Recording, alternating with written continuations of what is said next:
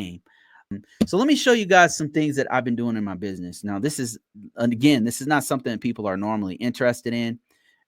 But it really literally pays in this job to be ahead of the game. So what I want to show you is a couple tools. I'm just going to go down the list of tools that I use on a regular basis and show you how I use them. The first tool that I'll show you here, which one should I use? The first tool I'll show you here is called Descript. So Descript, and you can see I use it quite a bit. Let me show you guys the screen here, and I'll give you a demonstration of it.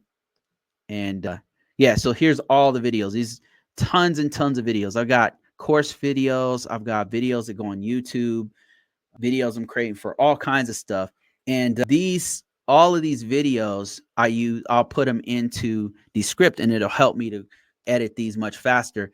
I used to use Adobe Premiere for a while, and it just took a long time to do it, and I had to do it by myself, or I had to hire a professional. But now with this tool, it makes it so easy to do that I can actually hire my kids to do it. I can hire my immediate family to help me to do this. And let me show you, give you actual demonstration. This is like real actual video that I've either posted. I think I've already posted this one, but this is me and Professor Black Ops. And I upload the video in here. It transcribes it immediately. It immediately transcribes it, and then it allows you to edit it directly in the transcription, right? So there's one video. Let me show you another one where I actually added some stuff in there. Let me see. Which one did I do recently? Yeah, here's one. So if you happen to do videos, if you are a content creator, man, the tools like this are very, very helpful. So here's me and Professor Black Ops. So we did a 2-hour podcast live, and I just don't have time to go ahead and do them into like pre-record it and then come and then edit it and then go back. So what I'll do is I'll just do a live just like I'm doing now, and then I'll cut that live up into parts.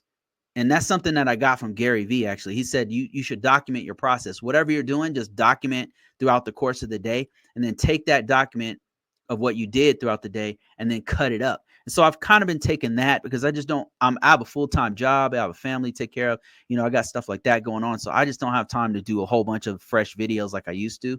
And I hope to fix that. But look at this. I'm able to quickly add images on top of the video as we're talking to explain what's going on. And you can do that right inside of Descript. And the way you do it is that you would add, I'll just give you a demonstration here. You add a // and that's a marker to where you're going to add it. You add it directly in the transcription, and then go to project here. And then if you wanted to add an image, let me choose the image here. I'll choose this image here. So you would upload the image. I've already got this one uploaded. Add this as a layer, and boom, it'll put it right there inside of the video. And if I play the video, see that? It pops right up in the transcription. Another thing that's really cool about having the transcription is I can take this and I can put it directly into YouTube and use that as a transcription. I could translate this into Spanish if I wanted to. There's a lot of things you can do with the transcription. You can put it into I could make other content out of the transcripts. So that's why the transcript is very, very powerful. And that's the main thing that this tool does. So that's one tool that makes it a lot faster for me. And like I said, what's really cool is that it's so easy to use that I can pay my kids to help me to edit with this, and they don't have to know. My kids know how to use Premiere, but Premiere it's very cumbersome. It's expensive. It's hard to master. So, it's way better to use a tool that does a lot of this work for you. So rather than hiring a professional editor who's going to cost me, $200 or whatever, $400 or whatever, $700, I've spent that much money to do, 5 or 6, whatever videos, however many it is, videos with all the other transcription and everything. This tool makes so I can pay my immediate family because it's so easy to use. I can just here's how you do it. And that's another tool. So let me show you a couple other tools that I use. If you happen to be a content creator or a course creator or whatever you do, There's a bunch of tools that I use that have AI inside of them, or automation or whatever, that make it much, much easier. There's a lot of other things that this tool does before I leave the script. Let me show you a little bit other things that it does. It can record your voice, mimic your voice, and then you could just type the stuff in, and it'll say in your voice, using AI, you type it, and then it'll say in your voice, copy your voice, it'll clone your voice, and then say in your voice whatever you want it to say. So that means that you could fully automate videos. You could fully automate videos with this tool right here. And that's what the power of AI. Let me show you another couple tools that I use.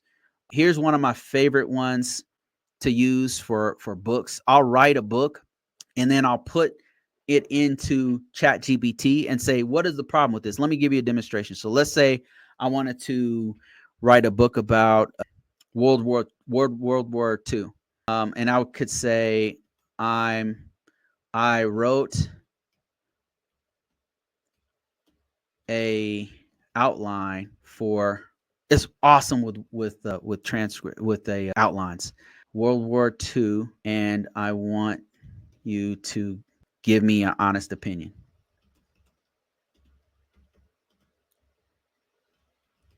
And then let me write something real quick. Well, I just hit this right here. So okay, let's waiting for my feedback. So I'm gonna say I'm gonna write about the bombing of Pearl Harbor. The bombing of Pearl. I'm not spelling it right. Nothing.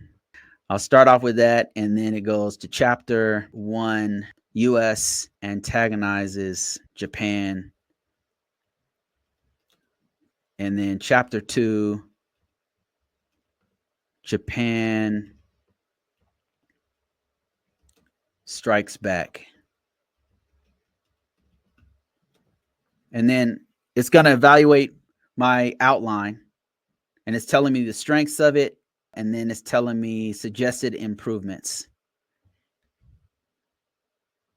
Look at this. It's very robust. I only wrote a couple lines. And I'm going to tell it, go to canvas mode, because I want to see this thing in a better, that's not in chat mode, and give me your outline.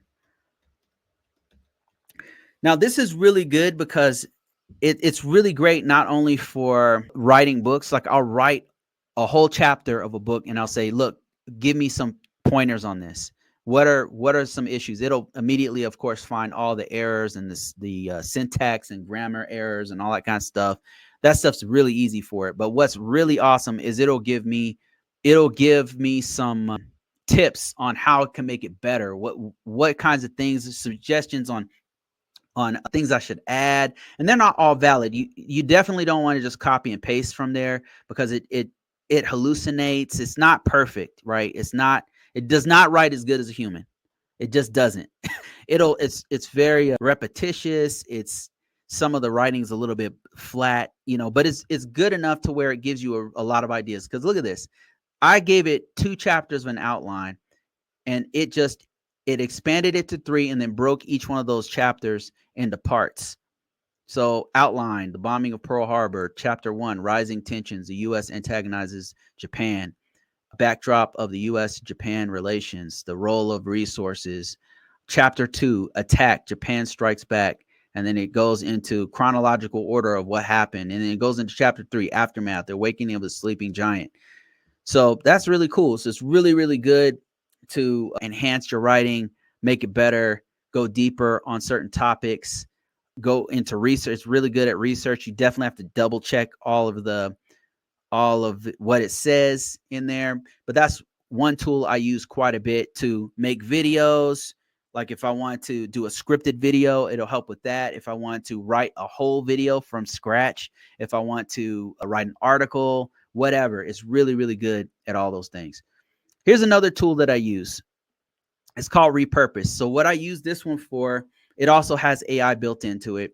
What I use this for is to take videos that I make. Like, for example, I'll take one of these live streams. This live stream here, as a matter of fact, I'll take it and I will make sure that it's on all different platforms. It'll be on Facebook, it'll be on Instagram, it'll be on all the other platforms that I use.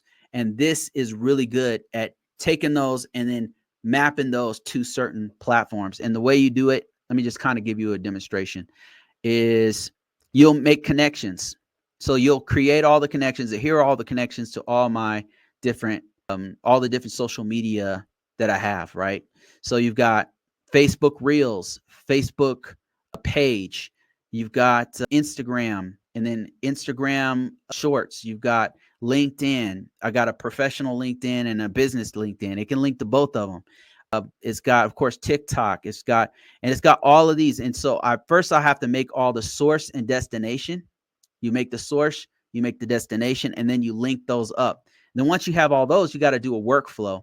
It's where you're going to say, okay, I want it to go from Facebook. I'm going to create it in Facebook, or pull everything from Facebook and put it over in Instagram or whatever, or put it in, that's a bad example. Take everything from TikTok and put it in YouTube. That's something I used to do quite a bit. So let me show you here what that looks like. So this is going from TikTok to Facebook. And it took some of my shorts that are only in TikTok and started pushing them over to YouTube Shorts. And one of the cool things it does is it strips out that little icon for TikTok. It strips that out and then it sends it on its way. And this is how I'm able to do so much content all over the internet. This is why you see me on, like, you'll go to Facebook and I'm there. You see me on YouTube, I'm there. You see me on, because I'm using tools like this. And it also has a clips feature where you can put it in and it'll clip it for you. So let me show you another couple tools that are really, really cool. This is one of my favorite tools right here.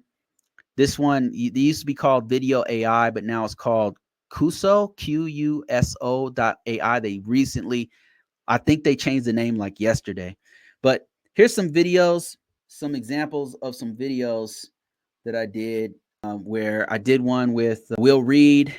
I did one with Professor Black Ops. I did one with Chris at Tech Woke. And I got some other ones. And these are all long form. And what it'll do is it'll clip them. It'll make clips. It'll make shorts. I think there's a few other tools that do this effectively. I haven't used those. There's one called Opus that's really popular and people promote the hell out of it.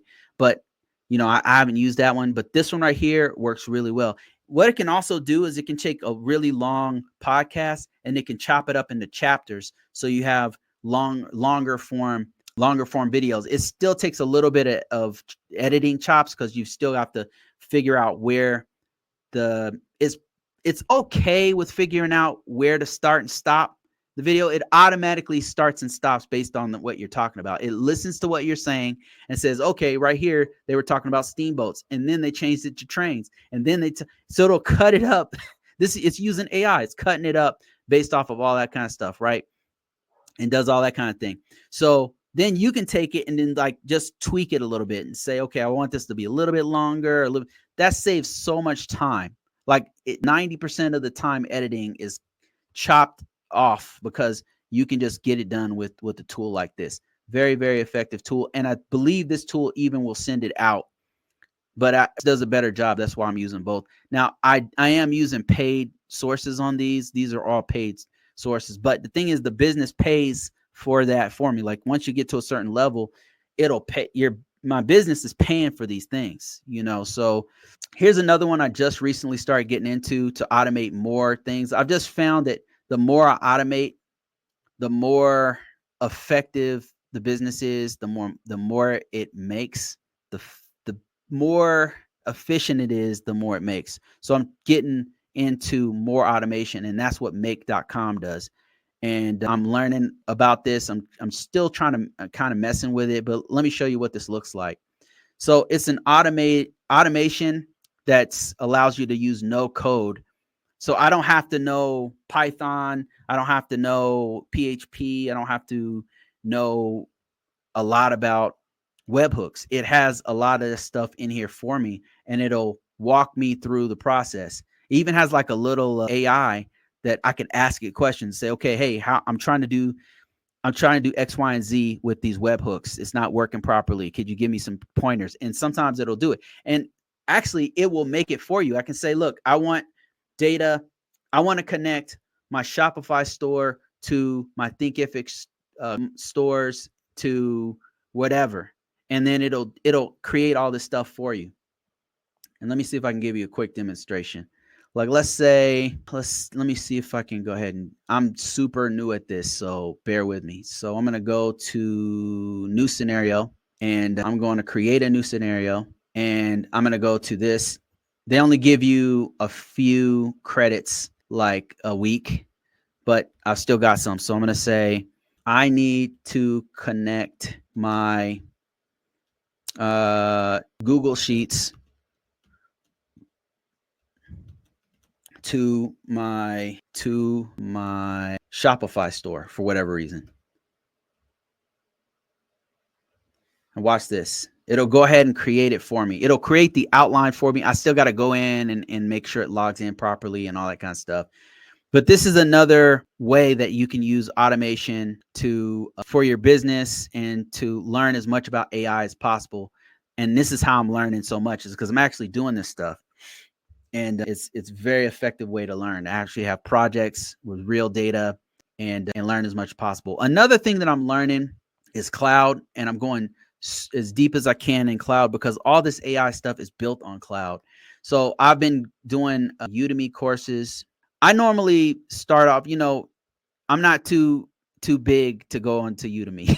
My training actually starts on YouTube. I start on YouTube. I go to YouTubers, and then I'll watch them. So some of the YouTubers that I started with to learn this stuff is this lady right here. Let me show you my screen here. Tech with Lucy. And I just happened to find her on YouTube. I was messing around on trying to figure out what cloud certification to get because I wanted to get deeper into it. So I'll just watch her videos, and she'll talk about some of the private sector stuff and what you need to know, and some of the gotchas in there, and things they want to things they want to see on their resume. And I think she worked for AWS for some time. She's one of the larger cloud professionals out there. Another person I watch on a regular basis to learn more is Professor Black Ops. So this guy I've interviewed before, and this dude really knows his stuff. He talks about GovTech, and he's really, really sharp on GovTech stuff. And so he's got some great resources that I've been checking out. I really like his videos where he's breaking down. He'll have videos where he breaks down how he'll map out how Azure works and where you need to do security and how risk management framework applies to the cloud. And that stuff is really helpful to me. And it just clicks because I'm like, oh, because I know risk management framework. So it all starts to make sense to me. So that's another guy from the cloud I use.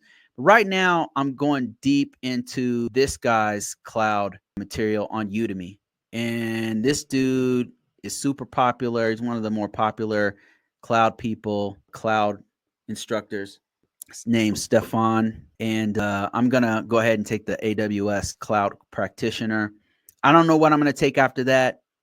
Professor Black Ops suggested that I do go straight to the associate architect associate. I haven't decided just yet, but this is the guy right now that I'm learning from. This is really, really good, really solid information about cloud, AWS. I might do Azure next. I think that's the next one I'll do because I want to have. We're using both